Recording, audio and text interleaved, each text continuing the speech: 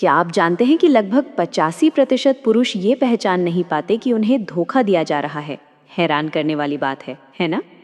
चिंता मत करो, क्योंकि आज मैं कुछ ज़रूरी बातें बताने जा रही हूँ जो आपके रिश्ते को देखने का तरीका पूरी तरह बदल सकती हैं।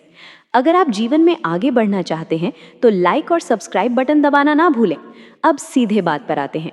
पुरुषों, ध्यान से सुनिए, क्योंकि मैं जो बताने जा रही हूँ वो महिलाओं के व्यवहार के कुछ गहरे रहस्यों को खोलने की चाबी हो सकती है। आपने शायद सुना होगा कि महिलाएं अपने असली इरादों को छिपाने में माहिर होती हैं। हाँ, ये सिर्फ एक कहानी नहीं है। जब बेवफाई की बात आती है तो महिलाएं पुरुषों की तुलना में कहीं ज्यादा चुपचाप और होशियारी से काम लेती हैं। जबकि आप में से कुछ लोग धोखा देने पर साफ संकेत छोड़ सकते हैं, कई महिलाओं में अपने कामों को छिपाने की लगभग कलात्मक क्षमता होती है।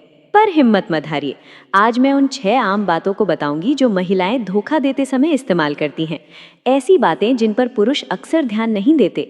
जरा सोचिए, अगर आपकी पार्टनर के शब्द आपको कुछ ऐसा बता रहे हों जिस पर आपने कभी ध्यान ही नहीं दिया। क्या आप सच में जानते हैं कि आपके रिश्ते में क्या चल रहा है? क्या आपकी पार्टनर ने कभी इनमें से कोई एक बात कही है और आपको जरा भी शक नहीं हुआ? एक भी सेकंड मत चूकिएगा, क्योंकि ये जानकारी झूठ में जीने और एक ऐसी सच्चाई को जानने के बीच एक बड़ा फैसला साबित हो सकती है जो आपकी जिंदगी हमेशा के लिए बदल सकती है। तो चलिए शुरू करते हैं। 1, वो कोई और व्यक्ति मुझे बहुत अच्छे से समझता है। जब आपकी पार्टनर बार बार किसी और का जिक्र करे, खासकर सकारात्मक या तारीफ भरे अंदाज में, तो ये खतरे की घंटी हो सकती है। वो मुझे बहुत अच्छे से समझता है जैसी बातें पहली नज़र में बेगुनाह लग सकती हैं, लेकिन अक्सर इनका मतलब गहरा होता है। ये संकेत दे सकता है कि वो उस व्यक्ति के साथ भावनात्मक जुड़ाव बना रही है, एक ऐसा रिश्ता जो समय के साथ गहरा हो सकता है। ये सिर्फ कोई सीधी तुलना नहीं है, ये एक बारीक इशारा है कि रिश्ते के बाहर कोई और उसे आपसे ज़्यादा समझता है।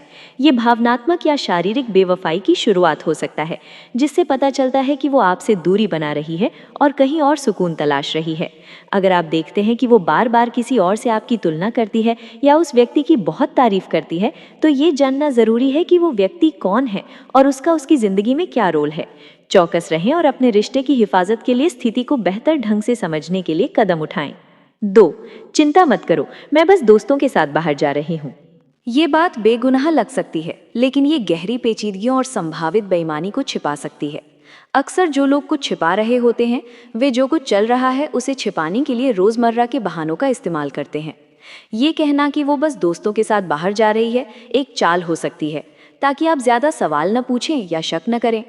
इससे उसे घर के बाहर ऐसी चीज़ें करने की इजाज़त मिल जाती है जो शायद उतनी सीधी साधी ना हो जितनी वे लगती हैं। अगर आप ये बात बार बार सुनते हैं या उसकी कहानियों में कुछ असंगतियां देखते हैं, तो सतर्क रहना ज़रूरी है। इस बहाने का बार बार इस्तेमाल स्पष्ट बातों के साथ ये संकेत देता है कि कुछ ठीक नहीं है। इन बारीक चीज़ों पर ध्यान देने से आपके रिश्ते की ईमानदारी की रक्षा हो सकती है। 3, मुझे अपने लिए ज़्यादा जगह चाहिए। जब कोई पार्टनर ज़्यादा जगह मांगता है तो ये संतुलन बनाने की एक सच्ची मांग जैसा लग सकता है, लेकिन ये जानना ज़रूरी है कि इसका असली मतलब क्या हो सकता है। अक्सर इस जगह की ज़रूरत का इस्तेमाल अलग से समय बिताने के मौके बनाने के लिए किया जाता है, संभवतः किसी और के साथ। हालांकि ज़्यादा जगह की ये इच्छा व्यक्तिगत विकास के लिए एक कोशिश लग सकती है, लेकिन ये रिश्ते में बढ़ती भावनात्मक या शारीरिक दूरी के लिए एक बहाना हो सकता है। अगर आप देखते हैं कि उसके जगह मांगने का नतीजा उन चीज़ों पर समय बिताना है जो वो आपके साथ साझा नहीं करती, या अगर वो आपसे कम बात कर रही है, तो ध्यान देना ज़रूरी है। ऐसे संकेत किसी छिपे हुए इरादे की ओर इशारा कर सकते हैं और रिश्ते को प्रभावित कर सकते हैं। 4, मैं आज रात देर तक काम कर रही हूँ। अनुपस्थिति को समझाने के लिए इस्तेमाल किया जाने वाला एक आम बहाना काम है।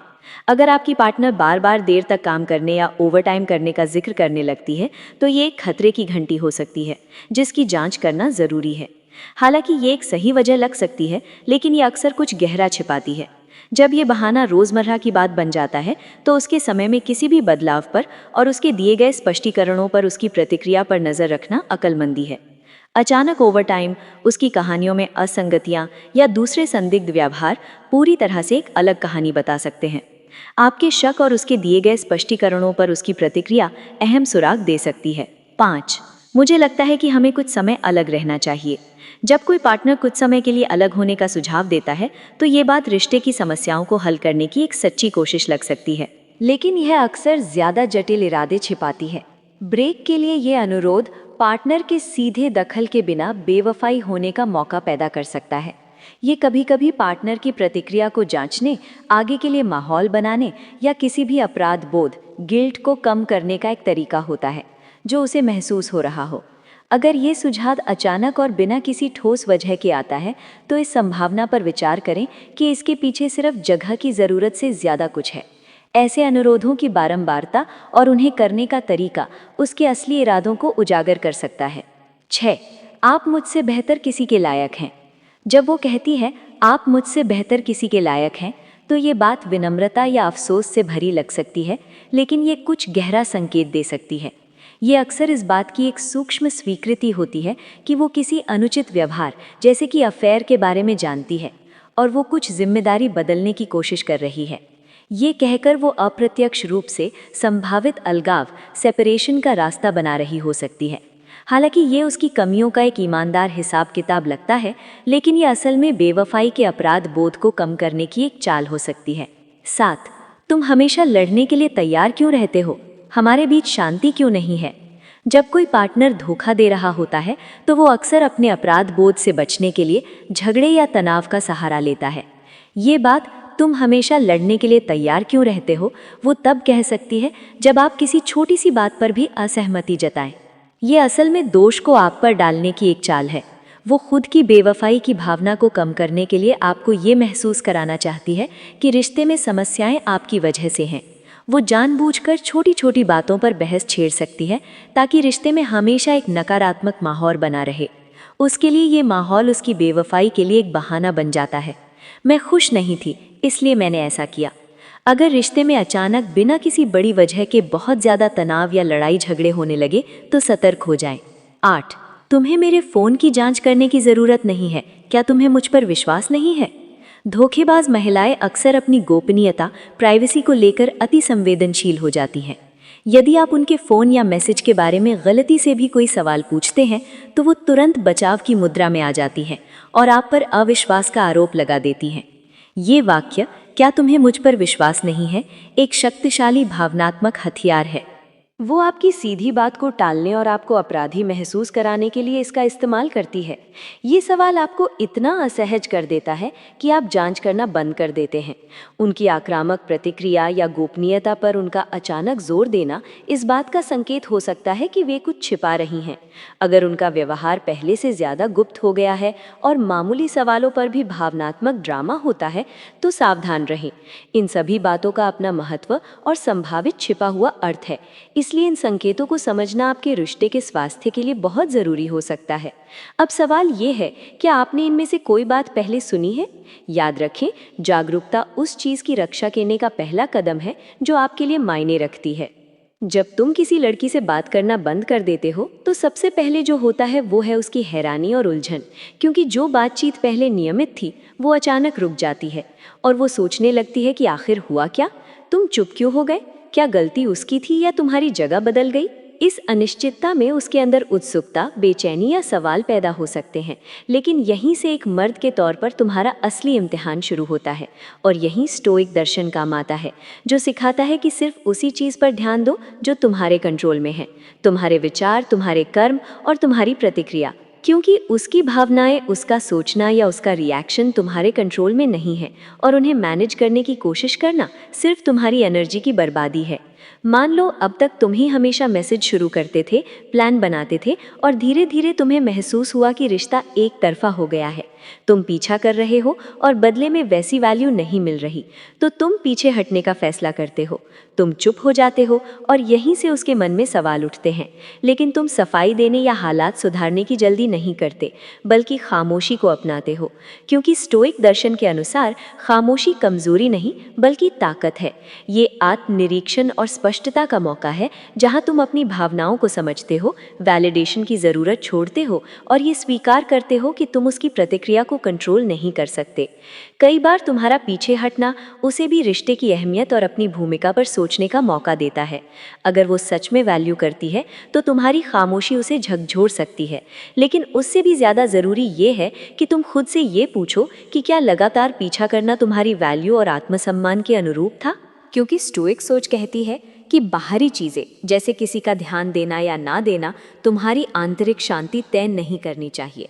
तुम अपनी भावनाओं के मालिक हो, चाहे सामने वाला तुम्हारी उम्मीद के मुताबिक रिएक्ट करे या नहीं। पीछा रोक कर और बिना जल्दबाजी रिएक्ट किए तुम आत्मसम्मान, भावनात्मक आज़ादी और आंतरिक मजबूती दिखाते हो।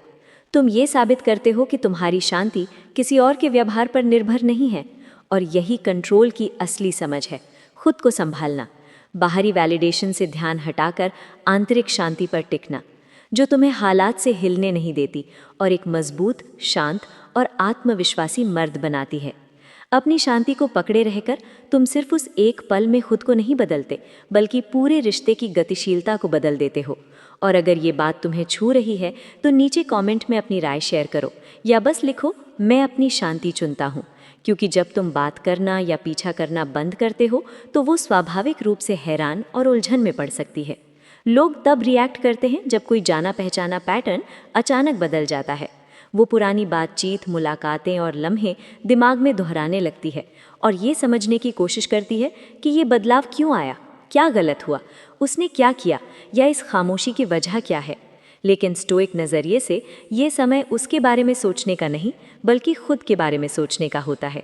क्योंकि स्टोइक दर्शन सिखाता है कि हमें सिर्फ उसी पर ध्यान देना चाहिए जो हमारे कंट्रोल में है, हमारे विचार, हमारे कर्म और हमारी प्रतिक्रियाएं। इसलिए एक कदम पीछे हटकर खुद से पूछो कि क्या तुम अपने उसूलों के साथ सच्चे थे? क्या तुमने ईमानदारी से व्यवहार किया, या सिर्फ उसका ध्यान, तारीफ और मंजूरी पाने के लिए खुद से समझौता किया? क्योंकि एक स्टोइक याद दिलाता है कि तुम्हारी कीमत इस बात से नहीं आती कि कोई तुम्हें कितना वैल्यू करता है, बल्कि इस बात से आती है कि तुम अपने उसूलों के साथ कितनी मजबूती से खड़े रहते हो। अगर तुम हमेशा मैसेज करने वाले, प्लान बनाने वाले और उसका ध्यान पाने के लिए दौड़ने वाले थे और अब तुम ये सब रोक देते हो, तो वो ज़रूर नोटिस करेगी। लेकिन उसकी प्रतिक्रिया का इंतज़ार करने या ये सोचने के बजाय कि वो वापस आएगी या नहीं, इस खामोशी को आत्मनिरीक्षण के लिए इस्तेमाल करो। खुद से पूछो कि क्या तुम उसका ध्यान पाने की कोशिश में खुद को खो रहे थे? क्या तुमने अपनी हदें और वैल्यूज़ को नज़रअंदाज किया सिर्फ रिश्ते को बचाने के लिए? और अगर ऐसा था तो ये पछतावे का नहीं, बल्कि खुद को मजबूत करने का मौका है।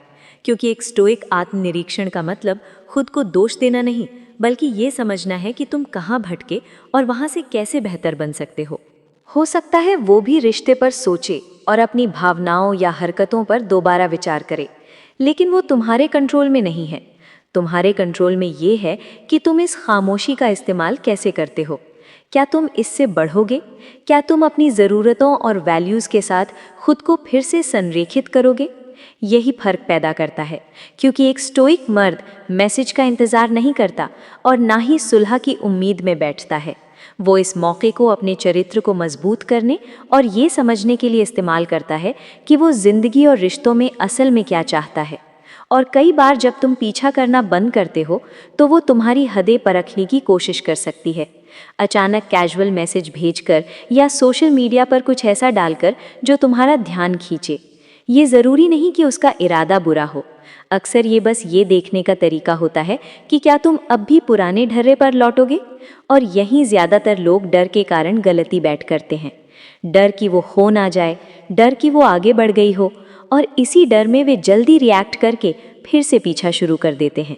लेकिन ऐसा करके वे ताकत से नहीं, बल्कि असुरक्षा से काम करते हैं।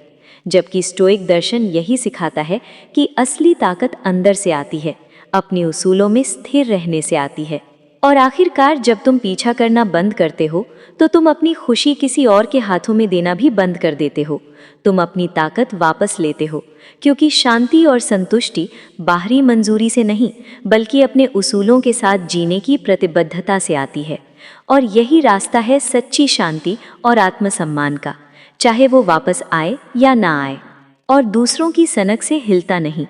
जब कोई लड़की तुम्हारी हदें परखती है तो वो शायद ये देखना चाहती है कि क्या वो अभी भी तुम्हारे व्यवहार को प्रभावित कर सकती है।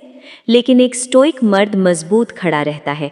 वो जानता है कि उसके कंट्रोल में सिर्फ उसकी अपनी हरकतें, भावनाएं और विचार हैं। वो कैसे व्यवहार करती है, क्या सोचती है, या वो रहती है या चली जाती है, ये पूरी तरह उसके कंट्रोल से बाहर है। और ये बिल्कुल ठीक है। मान लो जिस लड़की का तुमने पीछा करना बंद किया, वो कई दिनों की खामोशी के बाद तुम्हें मैसेज भेजती है। वो शायद ये देखना चाहती है कि क्या तुम तुरंत बातचीत में कूद पड़ोगे, लेकिन उत्साह या उसे खोने के डर से जल्दी जवाब देने के बजाय एक स्टोइक मर्द रुकता है और सोचता है कि क्या जवाब देना उसके उसूलों और लक्ष्यों के साथ मेल खाता है। वो स्थिरता और आत्मविश्वास दिखाता है, क्योंकि लड़कियां भी बाकी लोगों की तरह उस ताकत की ओर आकर्षित होती हैं जो दूसरों को कंट्रोल करने से नहीं बल्कि खुद को कंट्रोल करने से आती है। अब जवाब मांगने का दौर शुरू होता है। क्या तुमने कभी गौर किया है कि जब तुम किसी लड़की से बात करना बंद करते हो तो चीजें अचानक बदलने लगती हैं? एक पल वो बेपरवाह लग रही थी और अब वो जवाब मांग रही है, सवाल पूछ रही है और ये समझने की कोशिश कर रही है कि क्या गलत हुआ। इसे ही जवाब मांगना कहते हैं और ये एक आम प्रतिक्रिया है जब तुम किसी से बात करना बंद कर देते हो जिसे पहले तुम्हारा ध्यान मिल रहा था। लेकिन असली सवाल ये है कि क्या तुम्हें सचमुच उसे जवाब देना है? मान लो तुम दोनों मैसेज कर रहे थे, शायद कुछ डेट्स पर भी गए, लेकिन फिर तुम्हें लगा कि ये रिश्ता कहीं नहीं जा रहा। शायद उसकी एनर्जी तुम्हारे साथ मेल नहीं खा रही थी या कुछ गड़बड़ लग रहा था। पीछा करने की बजाय तुमने बात करना बंद कर दिया। कई दिन बीतते हैं और फिर वो मैसेज करती है जवाब मांगते हुए कि तुमने मैसेज करना क्यों बंद किया, कुछ हुआ क्या? और यही वो पल है जब कई लोग दबाव महसूस करते हैं कि उन्हें सफाई देनी होगी। लेकिन यही स्टोइक सोच तुम्हें ताकत देती है, क्योंकि तुम्हें किसी को ऐसी सफाई देने की ज़रूरत नहीं जो तुम्हारी आंतरिक शांति को भंग करे। इस तरह सोचो कि तुम्हारी शांति और तुम्हारी मानसिक स्पष्टता तुम्हारे हाथ में है। अगर उसे जवाब देना उस स्थिति को फिर से खोलना है जो तुम्हारी एनर्जी खींच रही थी, तो शायद वो उसके लायक नहीं। स्टोइक दर्शन सिखाता है कि हमारे कंट्रोल में सिर्फ हमारी अपनी प्रतिक्रियाएं हैं, दूसरों की उम्मीदें नहीं। वो जवाब मांग सकती है, लेकिन तुम्हें तय करना है कि तुम अपने विचारों, भावनाओं और समय को कितना देना चाहते हो। मार्कस ऑरेलियस ने कहा था कि तुम्हारे दिमाग पर तुम्हारा कंट्रोल है, बाहरी घटनाओं पर नहीं। और इस संदर्भ में बाहरी घटना है उसका जवाब मांगना, लेकिन ताकत इस बात में है कि तुम जवाब कैसे देते हो। क्या तुम ऐसी बातचीत में उलझते हो जो पुराने जख्मों को फिर से खोल दे, या तुम्हें उस स्थिति में वापस खींच ले जिससे तुम मानसिक रूप से आगे बढ़ चुके हो, या फिर तुम खामोशी को ही जवाब बनने देते हो? क्योंकि आखिरकार जवाब मांगना एक स्वाभाविक प्रतिक्रिया है, लेकिन ये याद रखना ज़रूरी है कि जवाब के लिए हमेशा बातचीत की ज़रूरत नहीं होती। कभी कभी सबसे स्टोइक चीज़ जो तुम कर सकते हो वो है अपनी खामोशी बनाए रखना, अपनी शांति को बरकरार रखना और अनुत्तरित सवालों को ही जवाब बनने देना। ये ठंडा या बेपरवाह होना नहीं, बल्कि अपनी भलाई की रक्षा करना है। हर भावनात्मक मांग में उलझने से बचकर तुम अपनी शांति को कंट्रोल करते हो, और यही तुम्हारा मार्गदर्शक होना चाहिए। लेकिन स्टोइक नज़रिया ये है कि तुम शांत और मजबूत रहते हो। तुम मान लेते हो कि उसका गुस्सा उसका है, उसे प्रोसेस करना उसका काम है, तुम्हारा नहीं। तुम्हें उसकी भावनाओं का बोझ उठाने की ज़रूरत नहीं। जैसा एपिक्टेटस ने कहा, महत्वपूर्ण ये नहीं कि तुम्हारे साथ क्या होता है, बल्कि ये कि तुम उसका जवाब कैसे देते हो। या शायद वो उदासी के साथ रिएक्ट करती है, मैसेज भेजती है कि उसे तुम्हारा ध्यान मिस हो रहा है। ये तुम में कुछ हिला सकता है, उसे सांत्वना देने की इच्छा जगा सकता है, लेकिन स्टोइक दर्शन हमें आंतरिक ताकत और भावनात्मक कंट्रोल की अहमियत सिखाता है। उसकी उदासी जायज़ है, लेकिन उसका रास्ता वो खुद तय करेगी। तुम ही उसमें कूदकर उसे ठीक करने या उस खालीपन को भरने की ज़रूरत नहीं। उसे वो भावना महसूस करने और उससे गुजरने देना ठीक है, बिना खुद को उसमें उलझाए। और फिर ये भी हो सकता है कि वो राहत महसूस करे। शायद वो पहले ही पीछे हट रही थी और तुम्हारा पीछा करना बंद करना वही था जो वो चाहती थी। ये हैरान करने वाला हो सकता है, शायद थोड़ा दुख भी दे, लेकिन यही स्टोइक दर्शन एक और ज़रूरी सीख देता है। तुम उसकी प्रतिक्रिया को कंट्रोल नहीं कर सकते, सिर्फ ये कि तुम उसे कैसे देखते हो और उसका जवाब कैसे देते हो। अगर उसकी राहत का मतलब है कि वो तुम्हारी मौजूदगी के बिना ज़्यादा खुश है, तो ये साफ संकेत है कि चीज़ें कहाँ खड़ी हैं, और तुम्हें इसे अपनी इज्जत और शांति के साथ आगे बढ़ने का इशारा समझना चाहिए। स्टोइक दर्शन का मूल ये है कि तुम क्या कंट्रोल कर सकते हो और क्या नहीं। तुम ये कंट्रोल नहीं कर सकते कि वो तुम्हारी बात बंद करने पर कैसे रिएक्ट करती है। उसकी भावनाएं सिर्फ उसकी हैं। तुम जो कंट्रोल कर सकते हो वो है इस स्थिति में तुम्हारा जवाब। क्या तुम उसकी भावनाओं को तुम्हें उसी पुराने ढर्रे में खींचने दोगे, या तुम अपने फैसले में स्थिर रहोगे, ये जानते हुए कि तुम्हारी शांति तुम्हारी सबसे बड़ी प्राथमिकता है। तो अगली बार जब तुम पीछा करना बंद करो और वो भावनात्मक रूप से रिएक्ट करे, चाहे वो गुस्सा हो, उदासी हो या राहत, स्टोइक सीख याद रखो। भावनाएं आती जाती है, लेकिन तुम्हारी आंतरिक शांति स्थिर रह सकती है। अपना ध्यान उस पर रखो जो तुम कंट्रोल कर सकते हो। जो तुम कंट्रोल नहीं कर सकते उसे छोड़ दो और सबसे ज़्यादा अपनी शांति की रक्षा करो।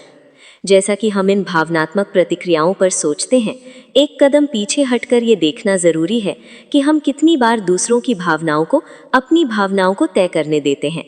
यही स्टोइक दर्शन ज़बरदस्त ताकत दे सकता है। जब तुम पीछा करना बंद करते हो और उसकी भावनाएं बदलती हैं, तो बात इसकी नहीं कि वो क्या महसूस करती है, बल्कि इसकी कि तुम उसका जवाब कैसे देते हो। अगले टॉपिक पर जाने से पहले मैं तुम्हें अपने अनुभवों पर सोचने के लिए कहती हूँ। पहले जब तुम ऐसी भावनात्मक बदलावों का सामना कर चुके हो, तो तुमने कैसे रिएक्ट किया? क्या तुम शांत रहे या भावनात्मक तूफान में खिंचे गए? नीचे कमेंट में अपनी राय शेयर करो। तुम्हारी राय मायने रखती है, और शेयर करके तुम ना सिर्फ अपनी समझ को गहरा करते हो, बल्कि उन लोगों की कम्युनिटी में भी योगदान देते हो जो इस आत्मविकास की यात्रा पर हैं। चलो इस खोज को साथ में जारी रखें। 6. अपनी कीमत समझना। जब तुम पीछा करना बंद करते हो, वो तुम्हारी कीमत पर सोचने लगती है। वो सोचती है कि तुम रिश्ते में क्या लाए, लेकिन तुम्हें उसकी राय पर निर्भर नहीं रहना। स्टोइक दर्शन कहता है, तुम्हारी कीमत तुम्हारे कर्मों और उसूलों से आती है। चाहे वो तुम्हारी अहमियत समझे या ना समझे, तुम अपने आप में पूरे हो। तुम्हें किसी के ध्यान की ज़रूरत नहीं। 7. दोबारा संपर्क करना। मान लो वो कुछ समय बाद मैसेज करती है। शायद वो उत्सुक है या उसे तुम्हारा ध्यान मिस हो रहा है, लेकिन स्टोइक मर्द जल्दबाजी में जवाब नहीं देता। वो सोचता है, क्या जवाब देना मेरे लिए सही है? शायद तुम जवाब दो जैसे, मैं ठीक हूँ, तू कैसी है? छोटा, शांत और संयमित। इससे तुम दिखाते हो कि तुम भावनाओं में नहीं बहते, तुम अपनी शांति को पहले रखते हो। 8. आगे बढ़ना। जब तुम पीछा करना बंद करते हो, असली बदलाव तुम में आता है। तुम अब उसके जवाब के इंतजार में नहीं रहते। तुम अपनी जिंदगी, अपने लक्ष्यों पर फोकस करते हो। शायद वो मैसेज करे, शायद ना करे, लेकिन स्टोइक दर्शन कहता है, तुम्हारी खुशी किसी और पर नहीं टिकी। तुमने अपनी भावनाओं पर कंट्रोल पा लिया। तुम हल्का महसूस करते हो क्योंकि तुम अब फोन चेक करने या जवाब का इंतजार करने में नहीं उलझे। चाहे वो वापस आए या ना आए, तुम अपनी वैल्यूज के साथ जी रहे हो। यही असली आत्मविश्वास और इज्जत है। स्टोइक दर्शन सिखाता है कि तुम्हारी ताकत तुम में ही है। तुम्हें किसी की मंजूरी की ज़रूरत नहीं। जब तुम पीछा करना बंद करते हो, तुम उससे हार नहीं मान रहे। तुम नतीजे को कंट्रोल करने की ज़रूरत को छोड़ रहे हो। तुम इस विचार को अपनाते हो कि वो मैसेज करे या ना करे, तुम ठीक हो, क्योंकि तुम्हारी कीमत उसकी प्रतिक्रिया पर निर्भर नहीं।